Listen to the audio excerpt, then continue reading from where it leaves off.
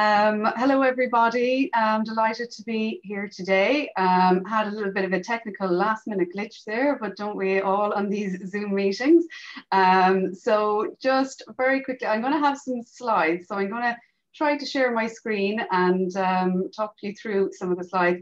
I'm conscious of the short amount of time for the presentation. I normally rabbit on for a lot longer, but I will do my best to condense everything down for you.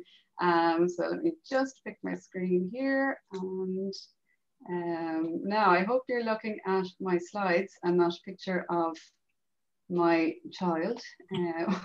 Perfect. Perfect. Okay, great. It's a lovely picture, but right, okay, so to talk to you about the CAO application process. So we have a very important document, the CAO handbook, and anybody who is watching here today who hasn't received a copy of the handbook yet, you can just email CAO through the contact form and we'll gladly send one out to you. All of the information and all of the instructions are contained in the CAO handbook, and it's also available on the CAO website. So if you want to have a read through there, very valuable information.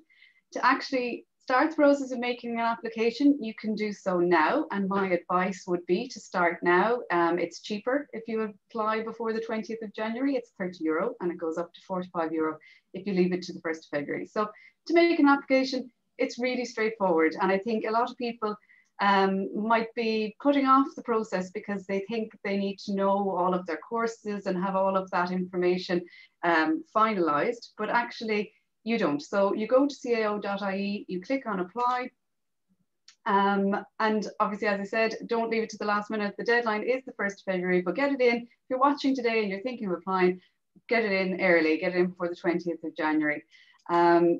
All you need when you're starting your application and all you need in order to obtain your CAO application number are your personal details, your email address, your postal address, your date of birth, and you need to tick a box to let us know how you want your application to be assessed. So if you're a mature applicant, you might tick the mature box. If you're a school leaver, if you're doing the Leaving Certificate this year, you'll tick Leaving Certificate. If you're doing a QQI, further education qualification, you'll tick that box. Some of you might have to tick more than one, and there are 8 boxes there, and you can tick whichever ones are relevant to you.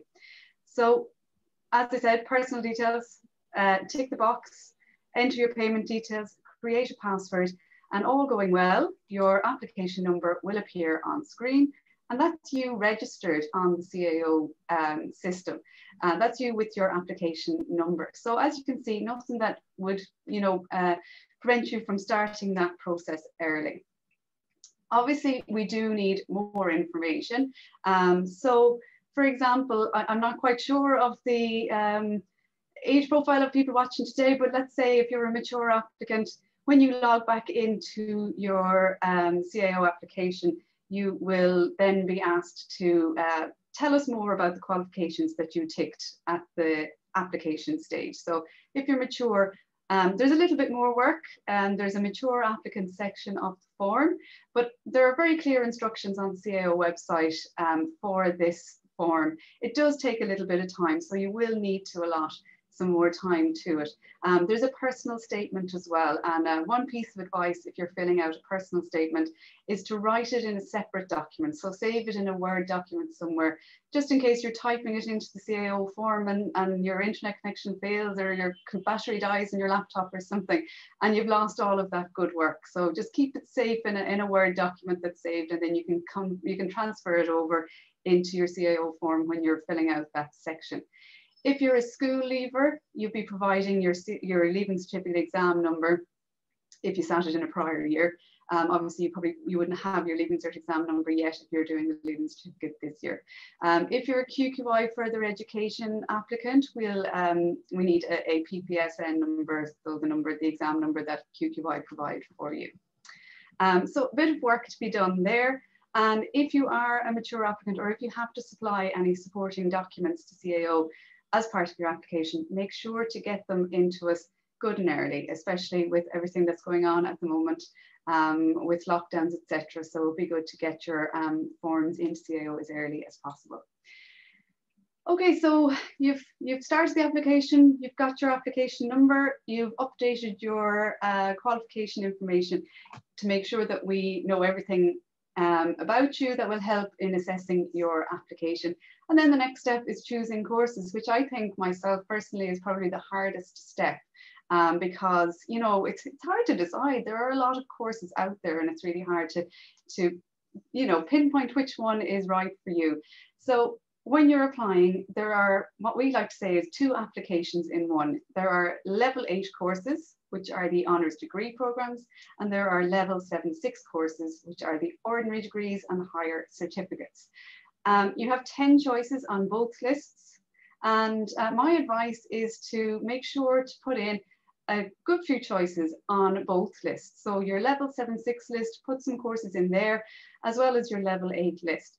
Your level 7-6 list will offer excellent qualifications in their own right, but they also may offer pathways to a level 8 course. So it's definitely important to give yourself plenty of options.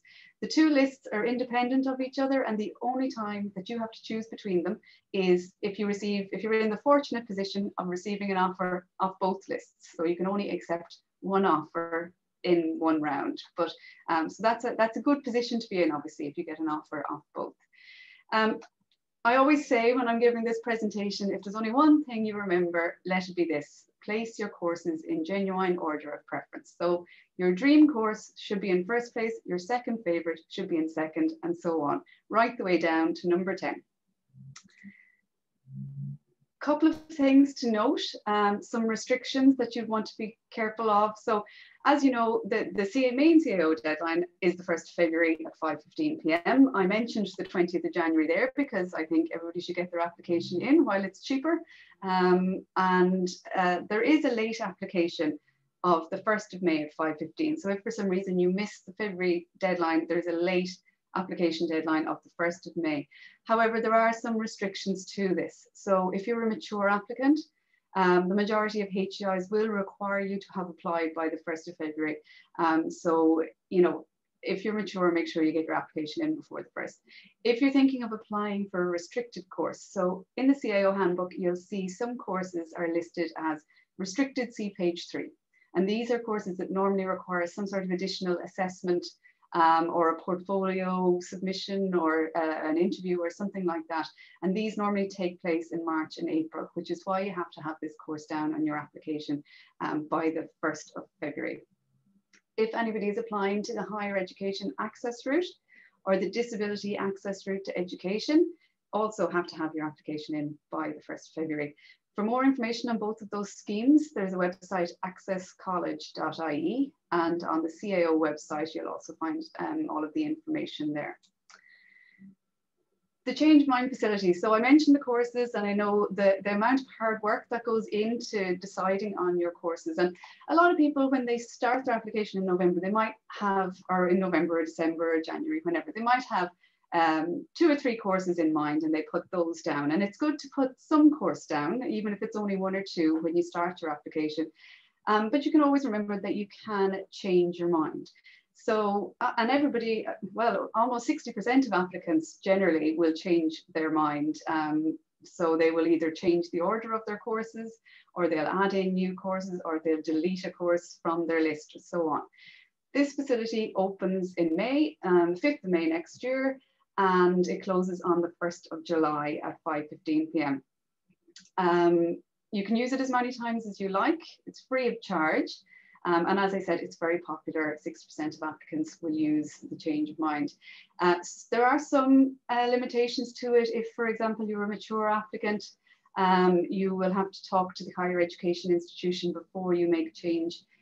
So before you add in one of their courses, for example, if you're mature, you'd have to speak to them first. And as I mentioned, those restricted courses.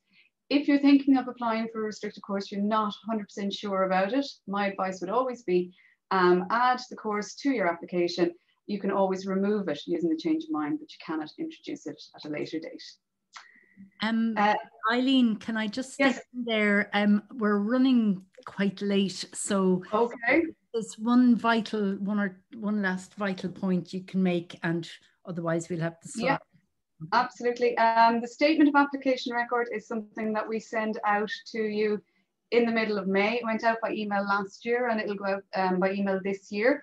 And this is the document that you have to check to make sure that, well, it's not a document, you have to log into your account to check that all of your information is correct. So it's your last chance to make sure all of your courses are shown and in the correct order, and that all of your exams are mentioned, and that your exam numbers are correct, and that your documentation is there, etc. So really important not to miss that. And you'll have notification from CAO in the middle of May, and you can log into your account. So this is the time to check everything, so there's no disappointment when the offers come out.